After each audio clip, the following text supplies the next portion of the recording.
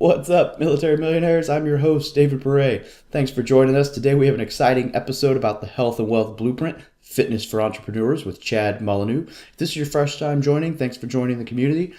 This podcast is produced every week for your enjoyment, and the show notes are found at militarymillionaire.com/podcast. Now relax and enjoy the show.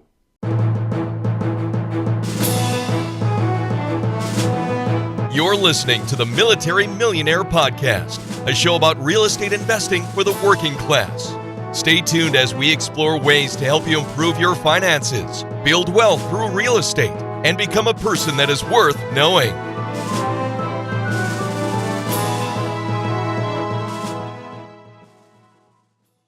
Hey, what's up, everybody? It's Dave from Military to Millionaire. So today I've got an exciting episode with Chad Molyneux, and I hope I said that right. He is a fitness expert for entrepreneurs, and we've been following each other for a little while here, and I've really kind of liked seeing some of his stuff as far as tips for just helping entrepreneurs get in shape, because let's be honest, we have a whole different lifestyle. So with That that is being right. said, Chad, let's hear your story and hear a little bit about what you talk about. What's up, David? What's up, guys? Thank you for having me on. And yeah, so we'll start off with how I actually got into fitness. So I got into fitness around 8th grade. And when I grew up, I had one passion. That passion was playing lacrosse. I sucked at school. I was told I need to repeat the 8th grade. In 12th grade, I was actually held at gunpoint by two cops because I was just a complete shithead growing up. I got in trouble a lot. But if there was one thing I was super passionate about and actually good at, it was lacrosse. And also, it was the one thing I could connect with my father on as well. But I was the only goalie in town, lacrosse goalie in town. So I was the only idiot that was not stupid enough to flinch when the ball was shot at him. So they're like, okay, you're going to be the goalie. So I got to That's start funny. all of the games. I got to play on all the best teams until 8th grade. In 8th grade, I had my first taste of competition in life, and somebody else decided they wanted to play goalie too. So during tryouts, it was going back and forth. And then the day came where we figured out what teams we were on. So I was refreshing the email, and I figured out I was on the B team. And I was crushed because, like I said, I wrapped my identity all into lacrosse. It was the one thing I was good at. It was the one thing I enjoyed. And I was crushed when I figured out that I wasn't going to play on the best teams anymore. So in that moment, I had a kind of a realization that, one, I didn't prepare myself. Two, put myself in a position to actually stay and keep my spot. So I told myself that I will never lose in life again because I was not physically prepared. And I asked my dad, I was like, hey, Dad, I need to get more physically fit. I need to get faster. I need to get stronger if I want to get my spot back. Can you help me out? So the next day he comes home with a jump rope. He comes home with an agility ladder, and he comes home with a very old set of dumbbells from my uncle. So every day after school, I would go down into the garage and I would just start figuring this stuff out because this was new to me. I literally had no idea anything about health and fitness. So I would look up on YouTube, like how to use the agility ladder, jump rope, how to use the dumbbells properly. And I basically taught myself a lot of things in health and fitness from that perspective. But over the course, I got to play 2 years of college lacrosse as well. So I did get my spot back, and I did actually end up to go play college. But over the course of the 14 years that I played lacrosse, I found that I loved training for lacrosse more than I actually loved playing for it. I would actually look forward to the off season because I was like, oh, I get to play with the weights, I get to improve. And that's why I loved it so much. It was about self-growth. So 2 years into college, when I decided I wasn't going to play lacrosse anymore, I found entrepreneurship. And my girlfriend at the time started showing me all these YouTubers who were doing this online fitness coaching thing. And I was like, oh, I could totally do that. And in my head, I was like, I can make this happen in 3 months. Like, I'm going to go full time. This is going to be an awesome business. And that 3 months turned into about 3 years until I was able to go full time. And part of that was my problem too, because I was so egotistical. I was like, I don't need help from anybody. But then eventually I did invest in a coach that allowed me to expedite the process and go full time. But the reason I decided that I wanted to work with entrepreneurs is because really two reasons. Health and entrepreneurship are very, very similar. The journey of getting fit and healthy and the journey of growing a business are very similar. There's a lot of parallels. And the two together really symbolize one thing that I'm all about, which is self-growth. So I was like, if I can take these two loves that I have, entrepreneurship and health and fitness, and bring them together to ultimately allow people to grow into their best selves, that would be fucking awesome. So Then I started what's called the Health and Wealth Blueprint, which is a program designed for the busy professional, the entrepreneur, the person working 60 plus hours a week. And what it focuses on is how to optimize their health so that they can create their greatest impact and income in the world. So tell us a little bit about the Health and Wealth Blueprint. You gave us the 2-second spiel there, but like what would be your advice for someone looking to start out? I mean, I guess you could just say check out the Health and Wealth Blueprint, but no, I wouldn't do that. But nugget. I absolutely, the first thing in anything, in any area of your life that you're unsure about, I'm all about coaching. Like I said, when I was growing my business for 2.5 years, I couldn't figure it out at all. I was like, but in my head, I was like, I could do this. Like I was the lone wolf, and I let my ego build a wall in front of the results. The ego was blocking me from getting the results. But when I decided that I was going to invest in a coach, like I said, it took me 6 months to get full time. 2.5 years on my own, wasted, but I traded my dollars for my time back, and in 6 months expedited the process, and I was able to go full time. And now I'm in the 6-figure earning club, and this year I obviously plan on expanding on that. But coaching, like I said, it's really trading your money to get your time back, and I would recommend that for anybody looking to get healthy and to get fit. It would be find a coach, find somebody that has the results that you want, and then trust their process and just follow. And at that point, you don't have to stress about it. All you have to do is put in the work, and then they're providing you the strategy. I would agree with that. People talk about like consulting and stuff, and it's like, do you need to spend the money for consulting? Maybe not. But if you want to get there a lot faster, because time is the one thing that you can't get any more back. Yeah, dude. This year I spent roughly about $30,000 in coaching. Man, I'm all about it. Yeah, that's phenomenal. Yeah. I'm definitely trying to go to some conferences. In fact, I'm going to a conference in like 2 weeks. I'm going to one later today. Nice. I'm flying out at 5 p.m. Nice. That's exciting. Yeah, I'm excited. I just got told I'm getting stationed in San Diego here in like June. That's where I'm going today. And so there's a ton of conventions out there, and I was like, yes. Yeah. I no longer, from Hawaii, flights are really expensive, so I've had to miss a lot of stuff. There's not a whole lot of conventions out here because there's no way anyone else can make it here. Right. But yeah, I'm excited to live in like the mecca of conferences. So yeah, it's cool. This one I'm actually speaking at, and then I'm going to 10X in February, and then I'm going to another one. I will see you there. Let's link up at 10X. That's where I'm headed. Hey, let's do it. Fire up. I'm excited for that one, for 10X. All right, back to health and fitness. We're getting off track. Yeah. Chad, but there's not enough time in the day. How much time does it take to work out? Let's do it. This is the number one excuse. Okay, so there's 2 angles to hit this at. So I'll hit them both.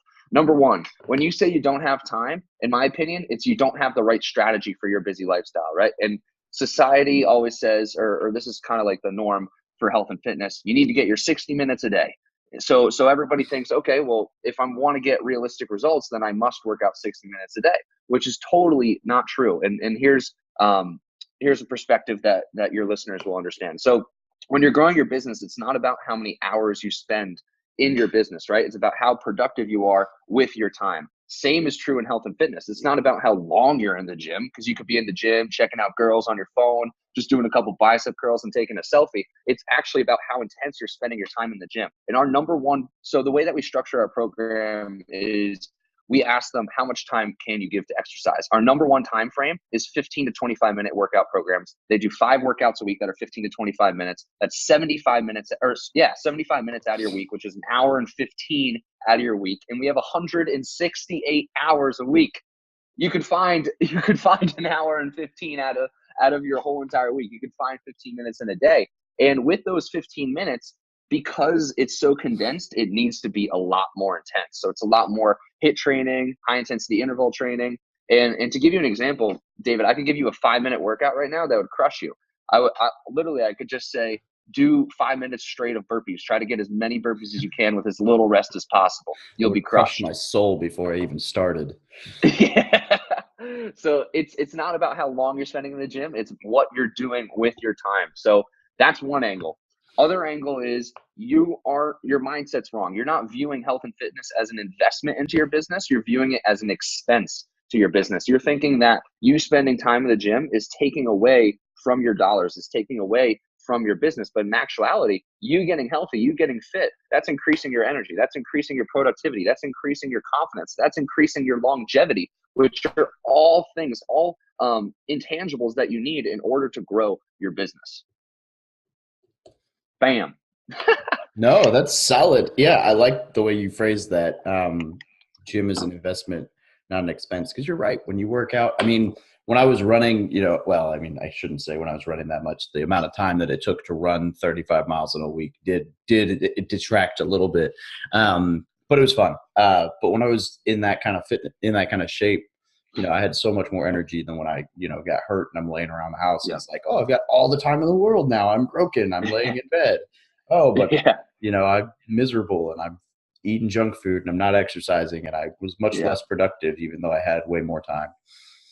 Absolutely. Yeah, man. And that's what it's about. Once you can shift that mindset and view it as something that's going to better your business, then you'll find time for it, because we always find time for what we deem to be a priority. And once you view this as a priority, you'll fit in the 15 minutes, you'll fit in the 30 minutes or whatever it is that you feel like you have to do. And I actually did a live yesterday on this, but I did some research on like the top CEOs and their workout regimens, and like people like Mark Cuban, he works out 6 times a week. He tries to get an hour of cardio in a day.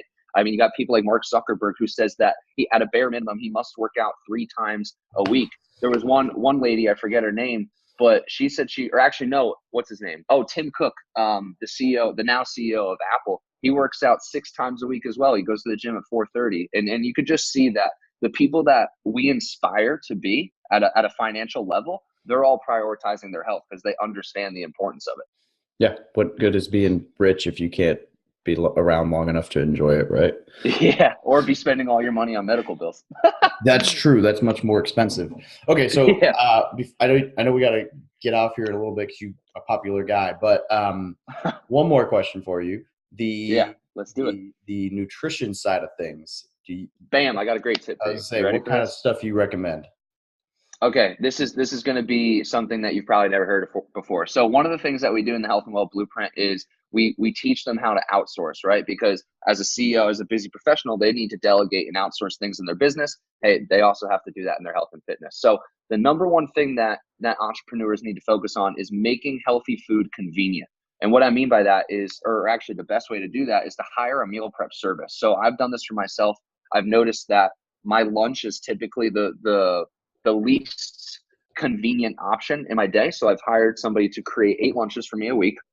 Literally, they prepare them, they cook them, they make sure they're healthy, they deliver them to my house. All I have to do at that point is eat them, which takes what?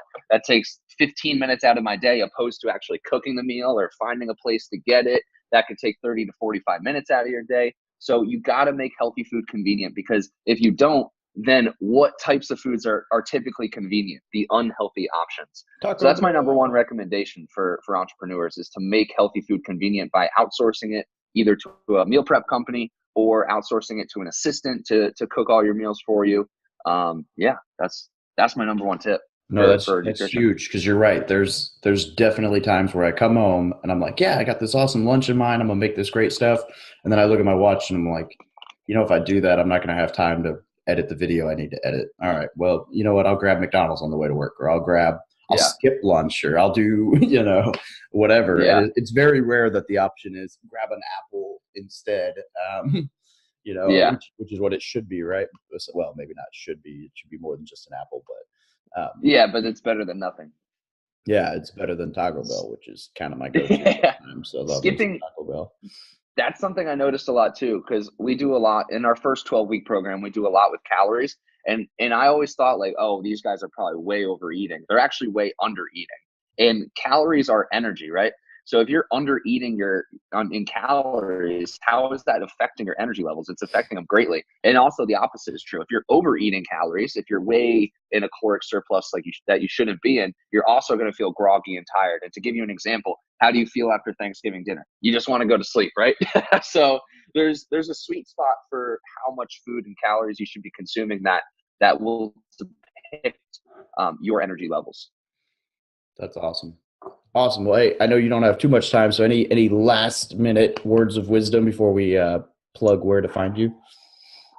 Last minute words of wisdom would be, I challenge everybody in 2019 to look at their health as something, as a part of their business, like we talked about before, as an investment into their business, as something that is going to elevate their game, because ultimately you're the leader in your business, right? So what kind of example are you setting for your team? What kind of example are you setting for your followers? Do you want your followers to have high energy? Do you want your team to have high energy? Do you want them to be producing at a high level? And the answer is yes. So why don't you start with yourself, focus on your health, and then let that bleed through?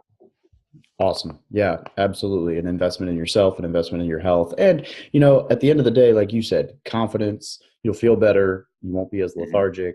Yep. But the other thing, and this is something that, in the world of fat shaming, no one wants to say, but when you're looking at someone as like a public figure and a public speaker, Yes. whether Yep. people like it or not, Yeah. being physically attractive does a lot for first impressions, right? It's marketing. Like who, oh, buy my awesome product. I look like some blob. It's just Yeah. not it, Dude, I have being some 200 people. pounds overweight is just as bad as wearing a wife beater on stage.